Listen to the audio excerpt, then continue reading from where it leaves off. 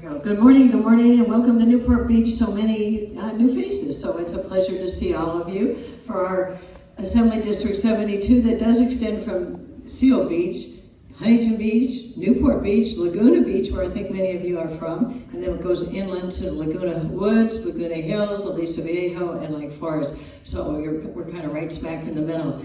Thank you, Steve, and the Chamber, and Dr. Gold, thank you for hosting today. This is an important election. I often say this is an election as if your life depends on it. And it does in terms of our California life. A lot of people don't understand what the Assembly and State Senate do.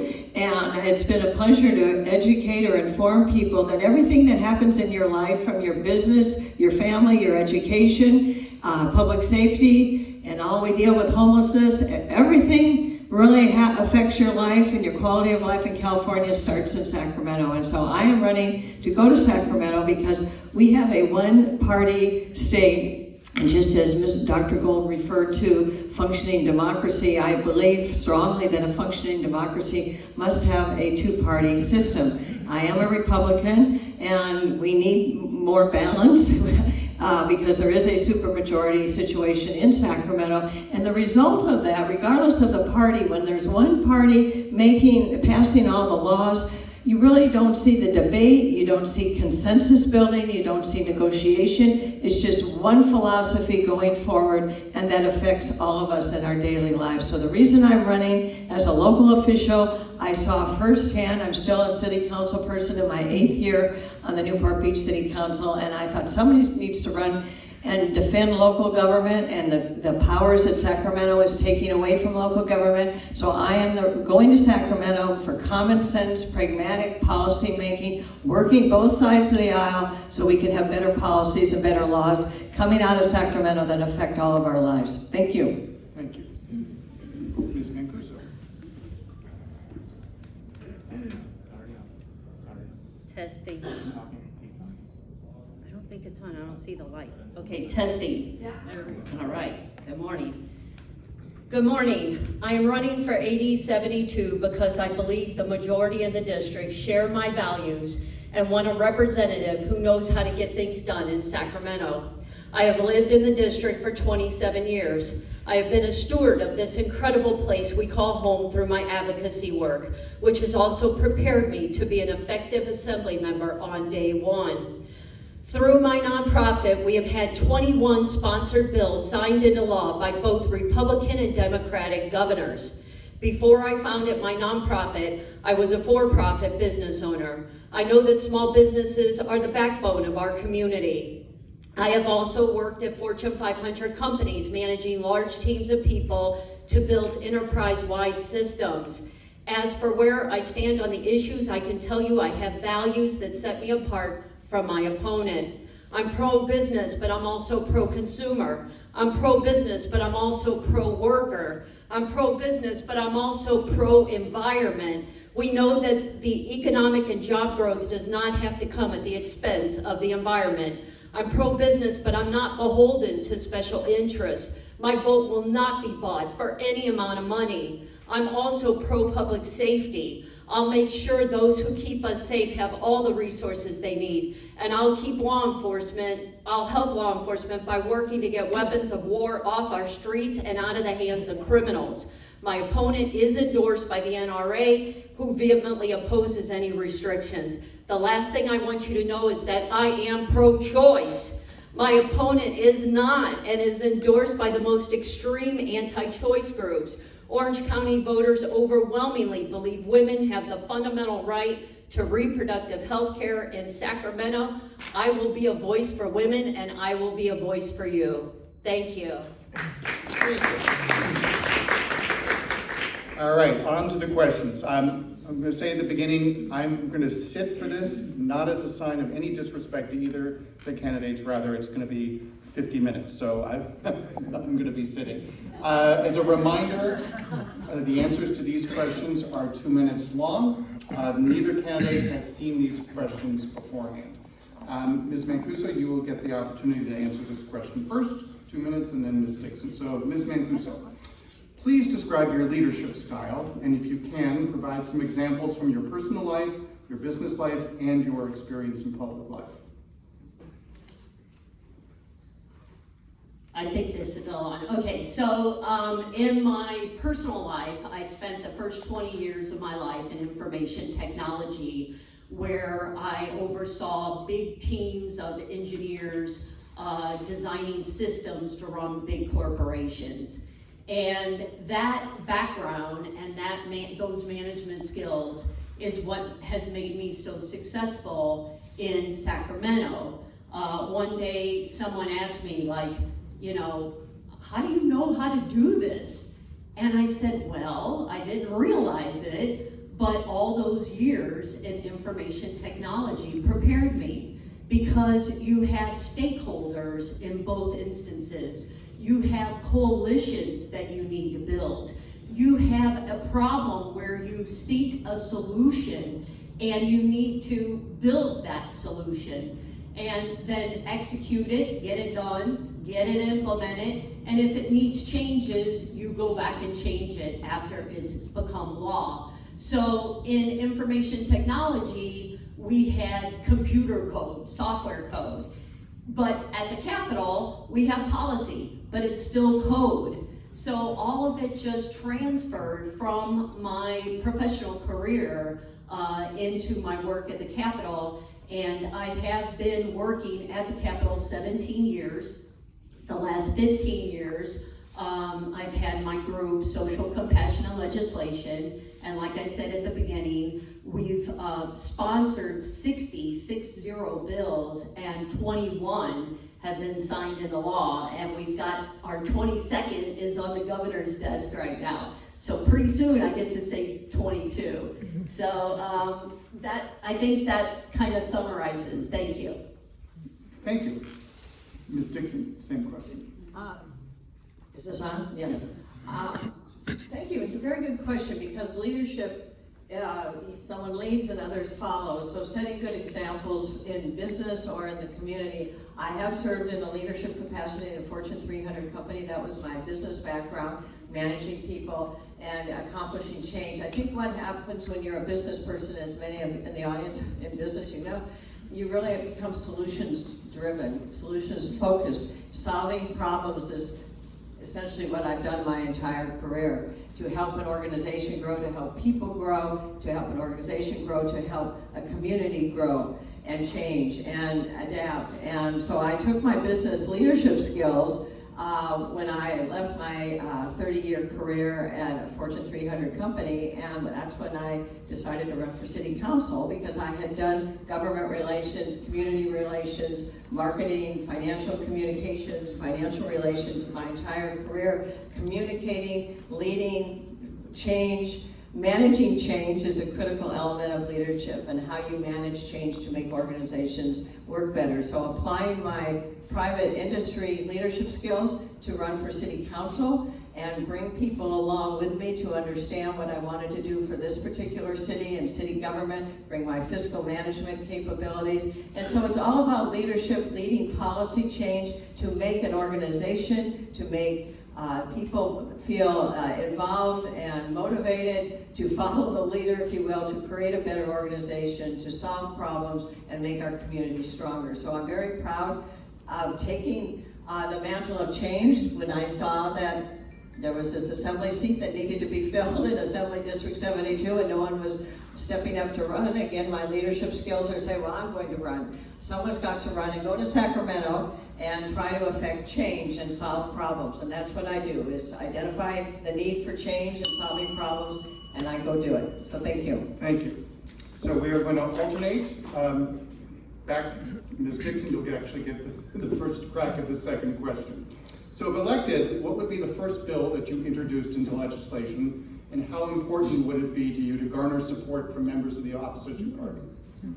Well, first of all, as a Republican, it's very important. In fact, I look forward to working across the aisle, and that's the type of consensus builder I am, and getting change, because there are only 19 Republicans out of 80, and you need a larger group of people. So the first bill, I would reduce the gas tax. The Democrats failed to take that action during the rise of the gas taxes. now the taxes have gone up over well, in California, it's always about $1.20 more than any other state. So our taxes, I would reduce the gas tax on individual purchasers of gasoline. I think they need the relief. Now the legislature, the governor has introduced, well, they've already passed this little credit card. People are going to get timed with the mailing of the mail-in ballots in October, tax credit or cash to apply to a relief. I believe the people who are purchasing the gas tax should have that relief. In any event, I would reduce the gas tax, propose to reduce that tax, and hopefully begin to reduce taxes in California overall. But the gas tax is something that hits, it's a regressive tax, it hits people of low income the hardest, and I think that would need to be one of my first agenda items. Thank you. Thank you. Ms. Mancuso. Well, the gas tax is about 53 cents, and even if gas was $1 a gallon, 53 cents of that would be the tax. And that is not the burden that is on every one of us every day when we go shopping in the grocery store, wherever. It is price gouging. It is supply chain issues that are left over from the pandemic, and it's pure price gouging. The oil companies have never seen such a windfall of profits in all of our lifetime.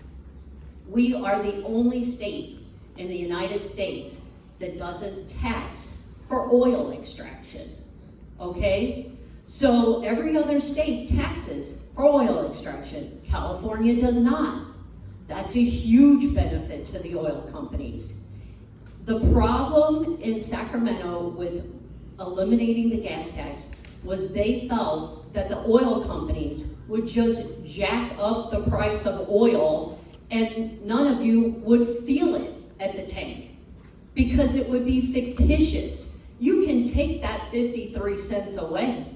But if the oil companies, because the oil companies is not Sacramento, they're Exxon, they're all those people that have shareholders, CEOs that are raking in the money.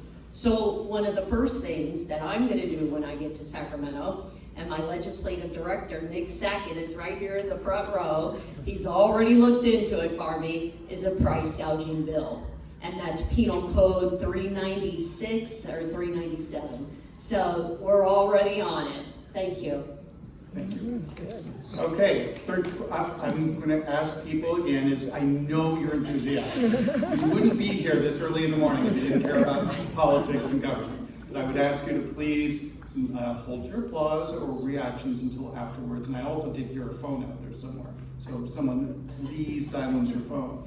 All right, question 3 goes to Ms. Mancuso first. This is a long preamble, so listen up. The recent Supreme Court decision in Dobbs versus Jackson Women's Health Organization overturned the court's previous decision in Roe versus Wade, thus ending what was a federal constitutional right to abortion. At this point, it is up to each state to decide whether a woman has a protected right to abortion. On the November 8th ballot, there will be Proposition 1 asking California voters to decide whether our state constitution should be amended to prevent interference in a woman's right to reproductive freedom, including the right to an abortion. So here's the question. Will you be voting yes or no on Proposition 1 and why?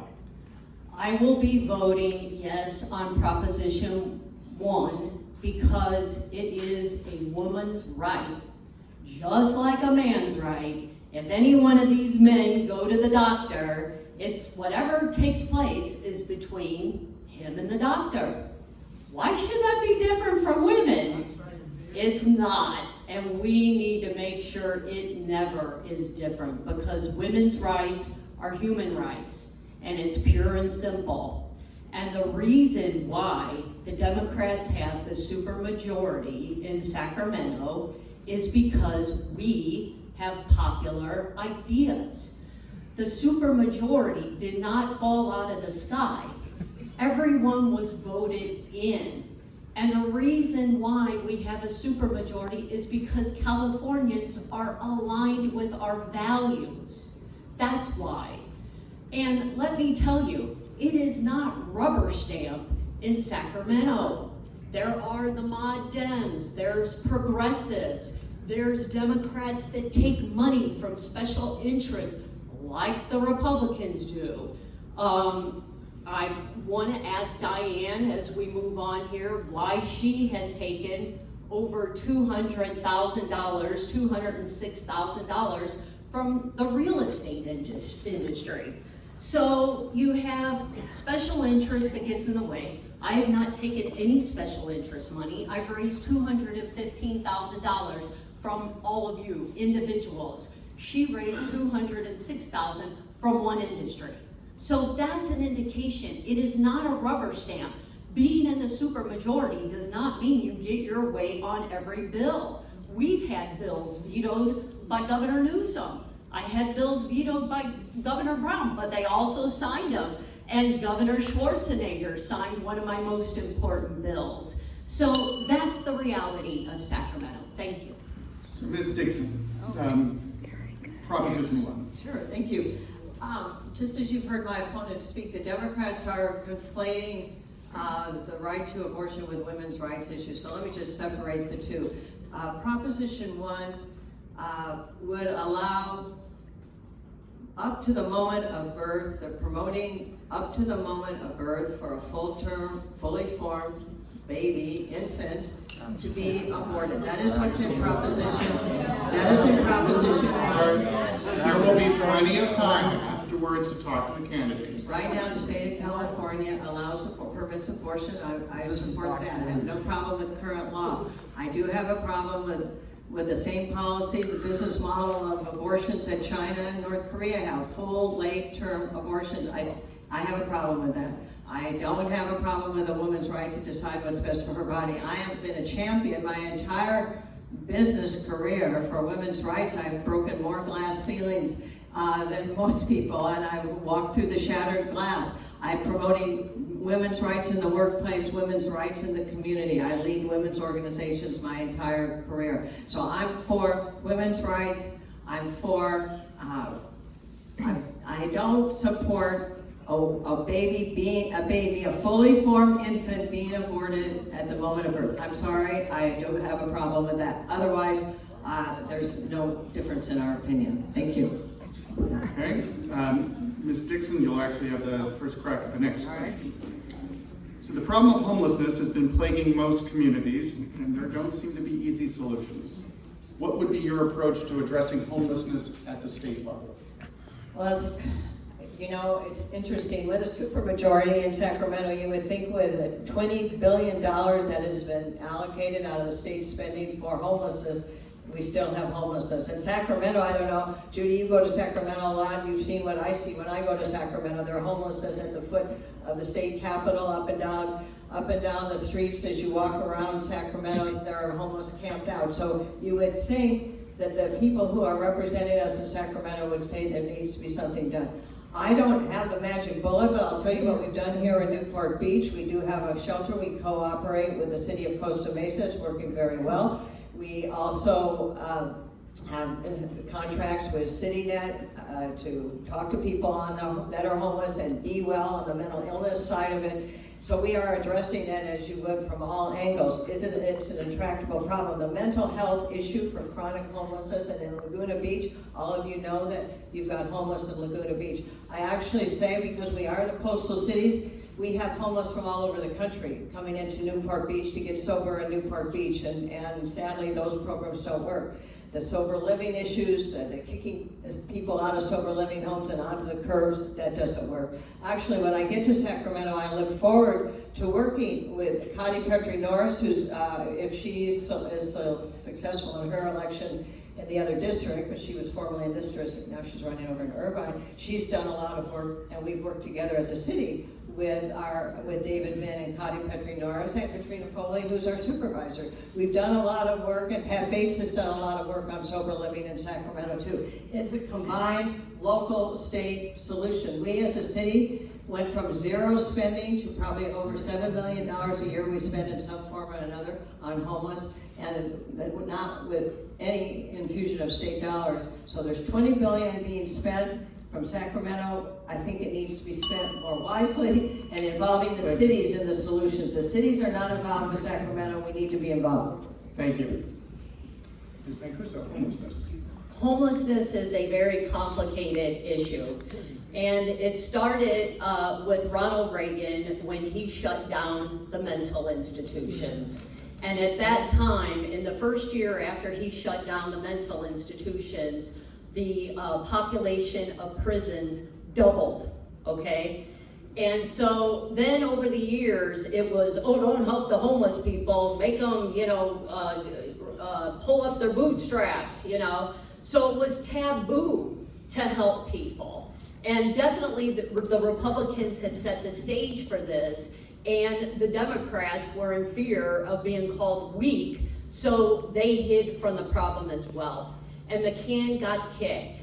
And then all of a sudden, Arnold Schwarzenegger was in office and Jerry Brown, and there was a lawsuit because there was overpopulation in the prisons. And what the lawsuit says is that they had to release people and bring the population to 137% over the capacity of the prisons. So what happened was you had been housing the mentally ill in our prisons. And when they got out of prison for the short period of time, they would reoffend and they'd be back in. So then Jerry Brown let everybody out of the prison that he had to let out of the prison. And we had more problems. So what needs to be done is we need to have help for the mentally ill. And what Governor Newsom just did with the care court and conservatorship is part of the answer.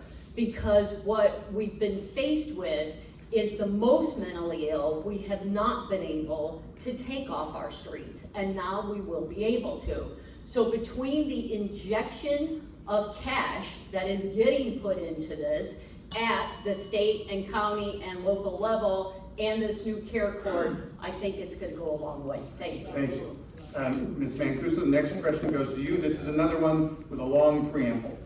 So, many cities have been grappling with the mandate to amend their general plan housing elements to plan for an increase in housing opportunities required by the state through the Regional Housing Needs Assessment Allocation process.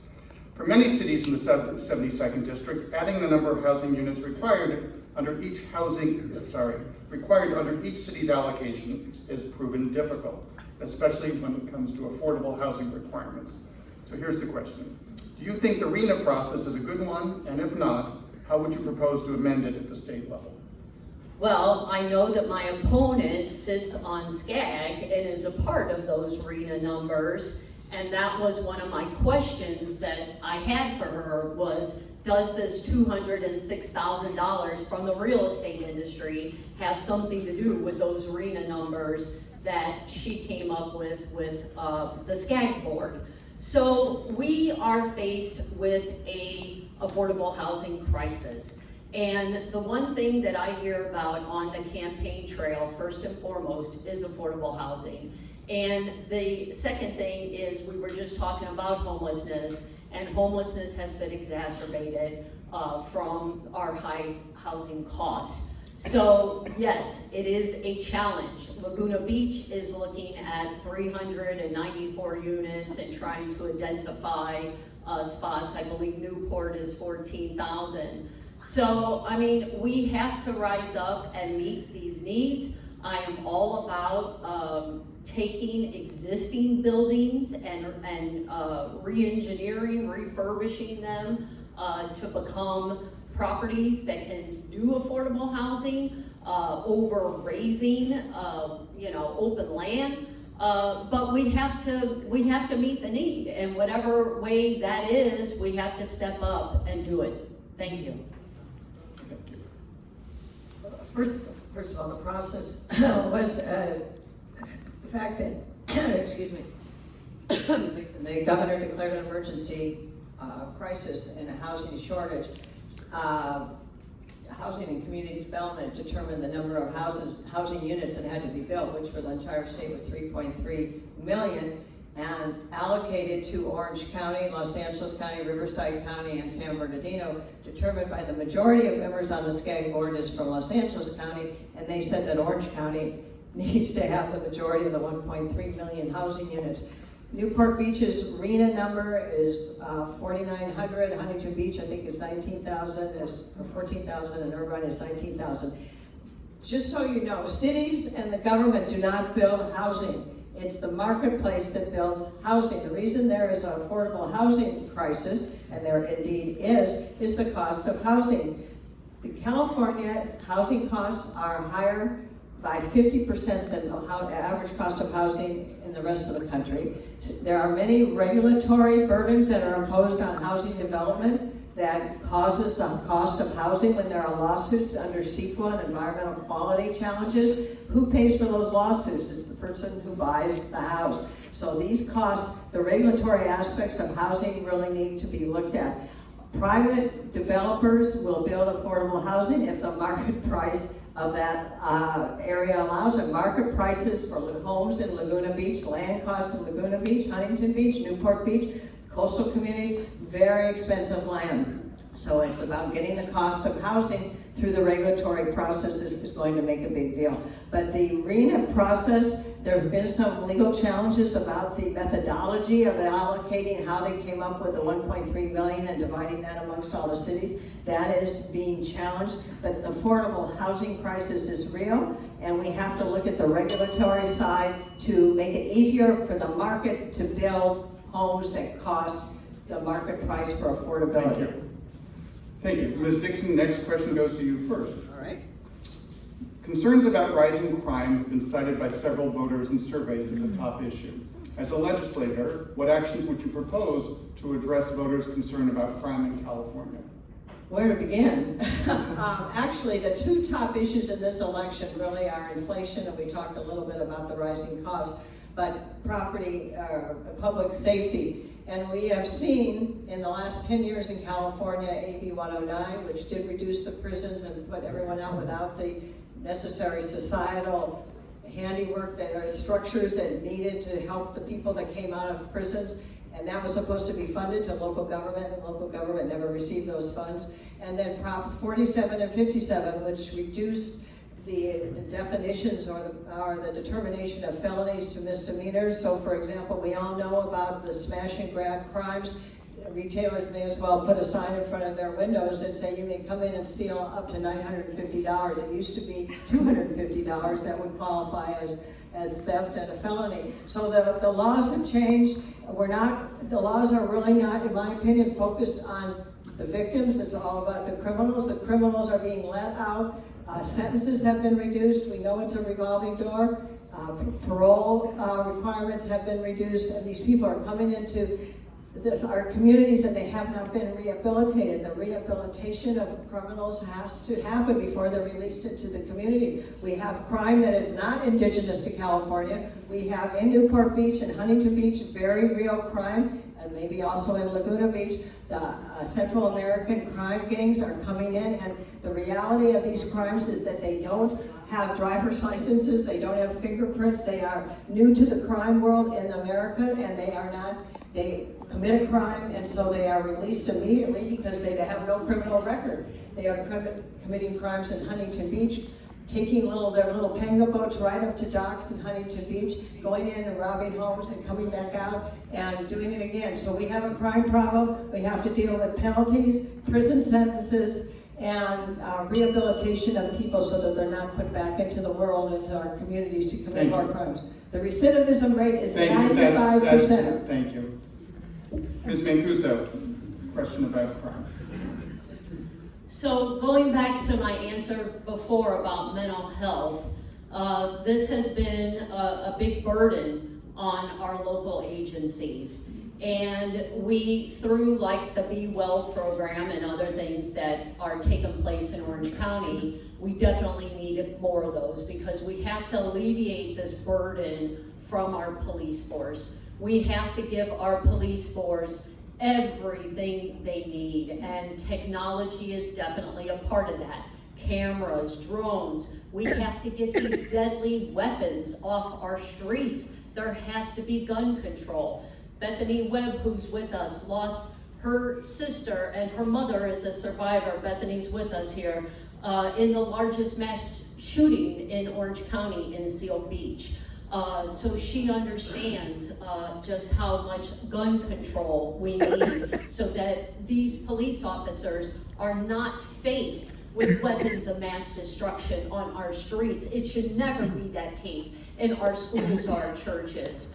And anti-recidivism is a huge thing, and we have worked on some of these programs in the past. And I will tell you, education solves so much. 95% increase in anti-recidivism when you give education and programs. So there's so much that can be done.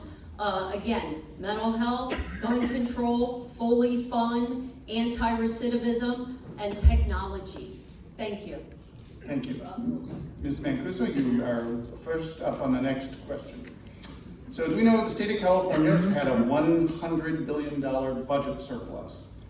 There have been a number of things that have been proposed for how to handle that money, besides giving all the money to UCI. There have been a number of other things considered. Among them, increasing state funding for education, health, and human services. We're funding some or all of the money to the people of California. Using the money for one-time spending on transportation, water, or other infrastructure projects, or building up a reserve fund to pay down the state debt. Which, if any of those options, do you recommend? What should we be doing with a surplus? Well, definitely putting money away. I am definitely into savings. I'm one of those people who lives debt-free, besides my mortgage. I pay off my credit cards every month, and I think that the state, it would be nice for the state to operate that way as well. And then education, because education is what it's all about. That really does help us with crime, with jobs. We have a labor shortage right now.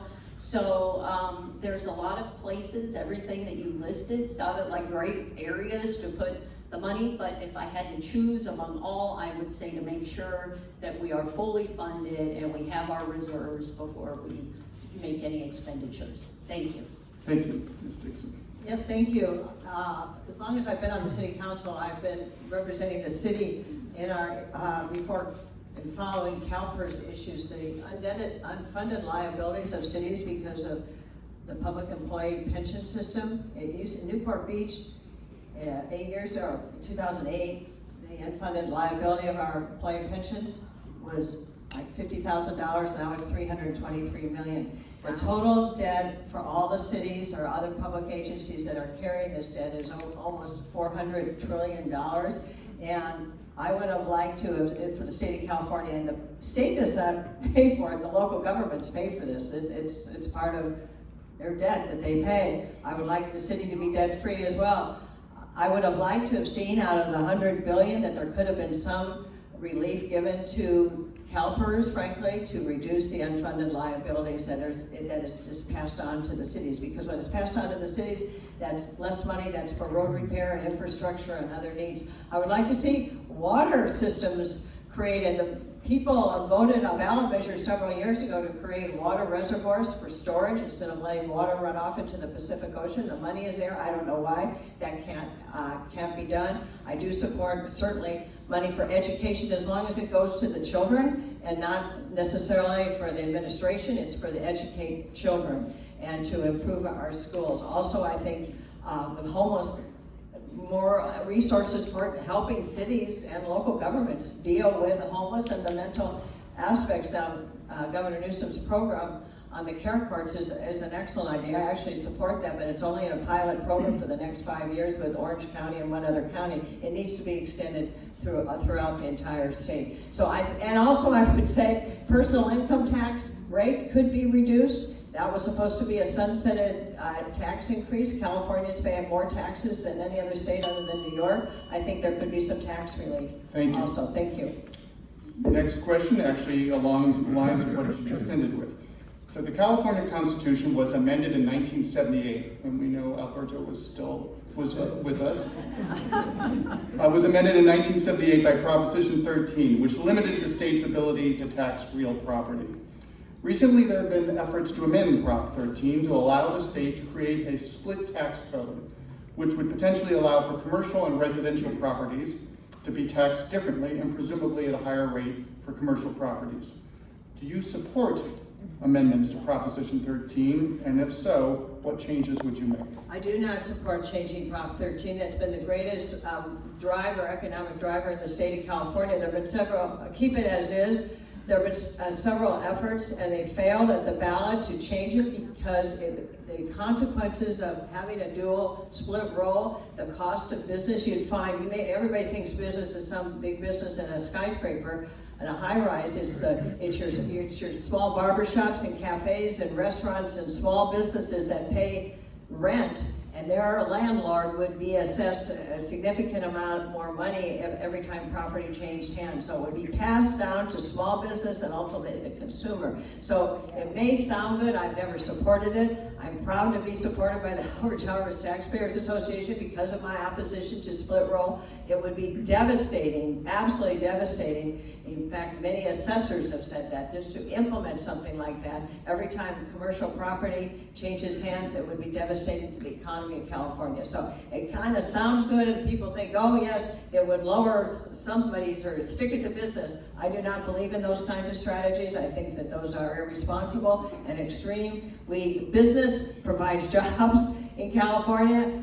Jobs provide productivity, and without people producing, we have high inflation. It's all part of the same circle of life. We have to support business and to make them successful so they hire people and buy products that keep our costs down. But property taxes Proposition 13 must not change and stay the way it is. Thank you. Thank you. I think Proposition 13 is probably the reason why most of us still are in our homes. So I'm a big fan of Prop 13, to be honest with you. For those of us that bought our houses over 20 years ago, and what we pay in our property taxes that keep edges up every year, and you feel it, and then the new folks coming in and the amount that they are required to pay, I mean, it's huge. So I am not a fan of doing anything with Prop 13. The people have spoken on it several times as well. And so that's it, actually. Thank you. Okay. Ms. Mancuso, first up on the next question, which once again has a large preamble, but stay with me on this one. We are currently in a 3-year drought. Sea level rise is affecting all of the coastal communities in the district. Orchard farmers are having to uproot trees, and wildfires have scorched millions of acres of forest, among other impacts. California has been a leader in environmental regulation for decades. Recently, Governor Newsom announced that by 2035, all new vehicles sold in California will be electric. So here's the question.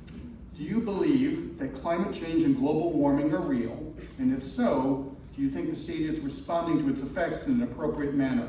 What else, if anything, would you recommend?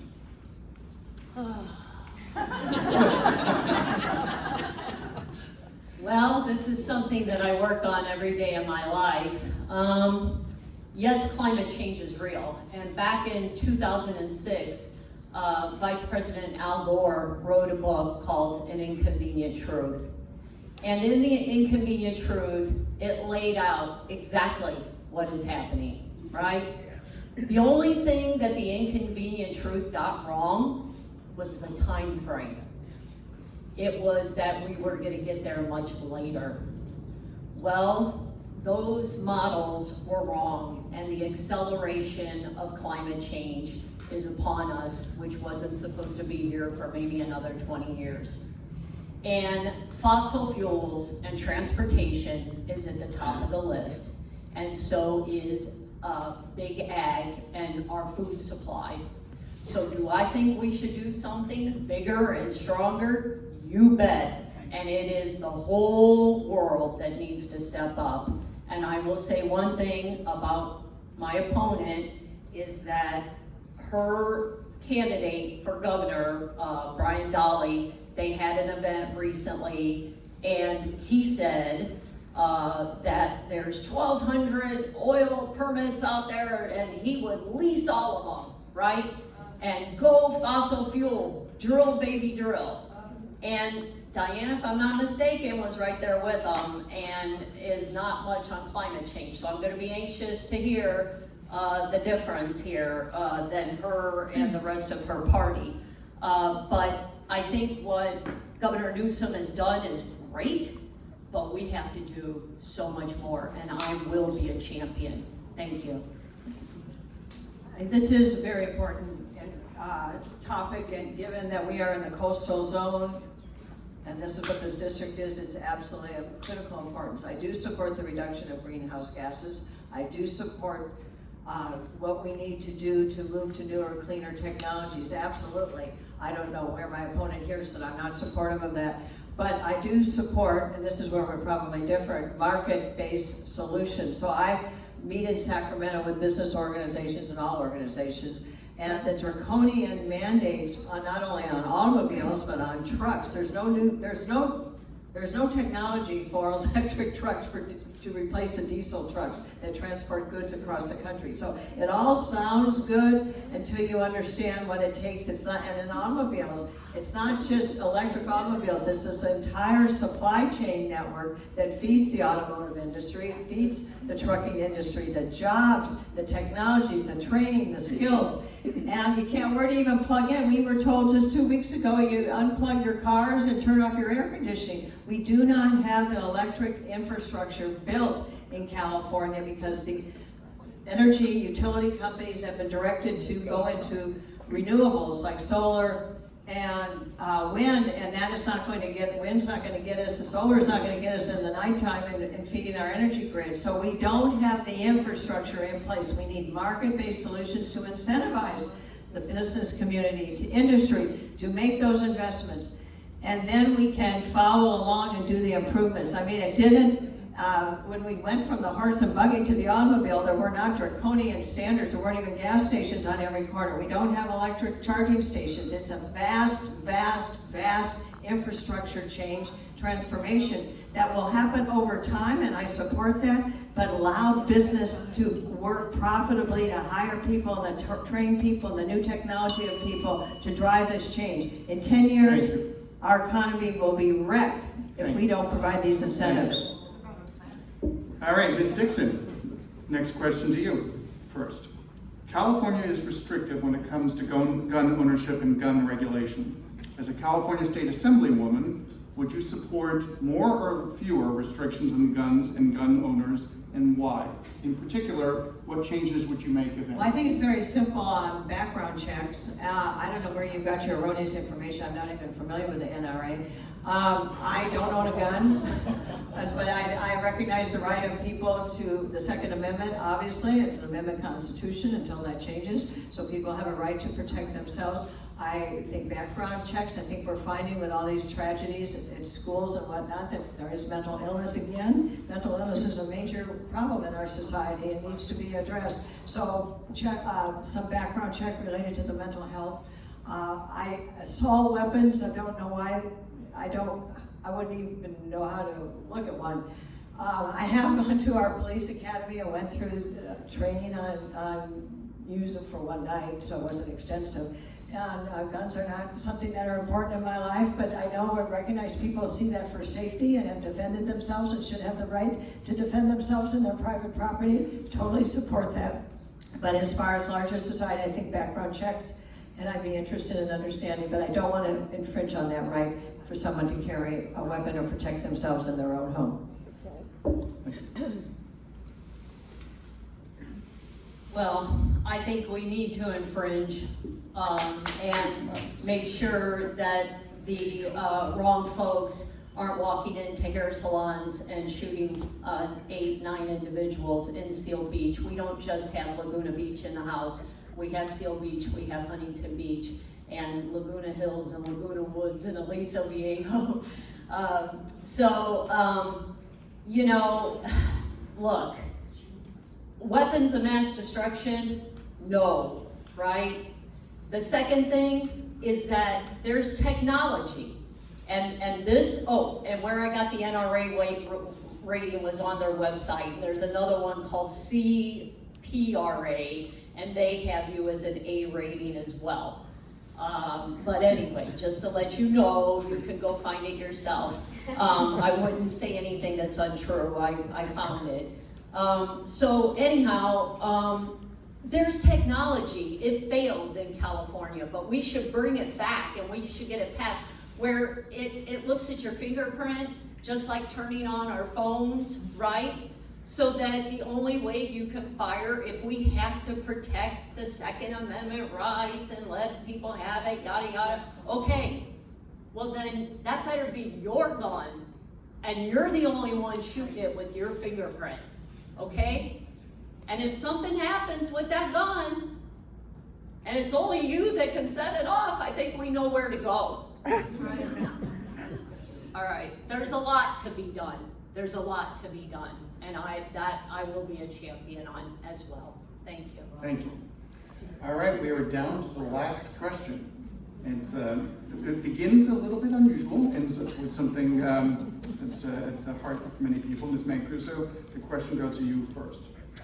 2 weeks ago, Governor Newsom signed into law the Fast Food Accountability and Standards Recovery Act, otherwise known as FAST. It creates a fast food council which has the power to raise minimum wage for fast food workers as high as $23 per hour in 2023 for any chain restaurant that has more than 100 locations nationally. Do you support this special kind of carve-out with regard to the minimum wage in California? And if not, what would you do to take action to prevent it from taking effect? Well, I think we learned a lot through COVID, right? All of our lives changed. And people that were invisible to us before became a huge part of our existence and us being able to keep living. And in that happening, I think everybody went, wait a minute, these people don't deserve to be treated the way they've been treated with these low wages. And I'm sorry, but where there's money to be made, there is exploitation. Does everybody do it? No, of course not. But will they? Yes. And so that's what that they formed, this committee, is about. And the other reason why we have homelessness is because we have allowed these wages that are below poverty. So if we want to keep people in their homes, if we want them to be there for us when we need them to bring us food, make us food, work at the store, turn on the lights, then we need to show them some respect. So I'm in favor of it. Well, I was strongly, and still am strongly opposed. Let me explain the consequences to a small fast food company, a small business owner. Restaurants run on extremely low margins. The cost of labor, the cost of food, the supply chain, all these issues. So going from $15 minimum wage up to $22, which this allows, is a problem for many restaurants. You will see restaurants go out of business, and therefore restaurants go out of business, so do jobs disappear. But just fundamentally, structurally, institutionally, what this has created for the first time in California is a council of authority figures, not elected, appointed by political figures, politicians, legislators, and the governor, to manage a business, to tell them work rules, to tell them how to operate, to tell them where to spend their money. That is not economic freedom, frankly. And when you talk to a franchise owner, do you know that the largest owners of franchises, whether it's McDonald's or Dunkin' Donuts, these are families who, largely immigrant families, who have worked hard, and made families that put their monies together to buy a franchise, to be a Dunkin' Donuts or even a McDonald's. And this is going to ruin many family businesses. These are small business people that work their whole lives to save the money to get a franchise for a national chain, and their cost structure has now gone through the roof. So the two big issues is now we have another governmental entity, non-elected, telling businesses how to operate, how to pay their employees, how to treat their employees. And frankly, the larger issue is structural in the state of California, because it used to be in the 60s, 50s, 60s, and 70s, we had manufacturing jobs that provided middle income wages, that people bought their cars and bought their homes. Regulation has chased manufacturing out of California, and the service jobs and service sector are well, all what's left. We have to bring manufacturing back. Thank you. Okay, we are now at the closing statements. Ms. Mancuso will be going first. They will be 1 minute each. I would ask that you please stay and wait until the end. We'll also have a word from our host at the end. So Ms. Mancuso, 1 minute is closing. Thank you for allowing me to share why I believe I'm the best candidate for Assembly District 72. Voters want someone who reflects their values on women's rights and gun safety. And you deserve a representative who can build consensus and leverage relationships to get things done. I've successfully worked with Democrats and Republicans. I know the players, and I know how to bring your concerns up to Sacramento and bring solutions as well as our tax dollars back down to the district. That is the job of an assembly member. You can complain all you want, but at the end of the day, it's about being effective. It's about working with others to find solutions that will benefit our district, residents, businesses, the environment, our beaches, and our wildlife. This is a unique district, and we're so lucky to call it home. I'll work tirelessly to protect it and to help it thrive. And my door will always be open to you. Thank you, and I hope to have your vote on November 8th. Thank you. Ms. Dixon.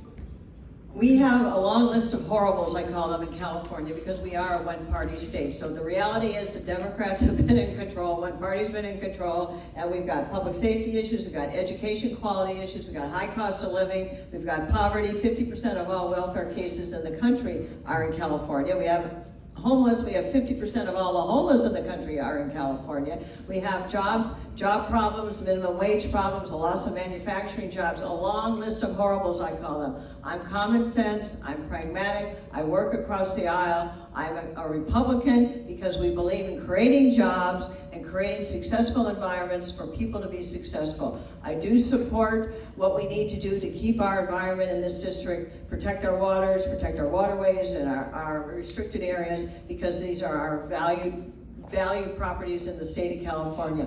I would be honored to have your vote. I would be honored to serve you in Sacramento. Someone's got to go up there and make things happen and change the list of horribles and to bringing back the Golden State of California. Thank you very much. Thank you. All right, now I know you've all been sitting on your hands. This is your chance. Let's please thank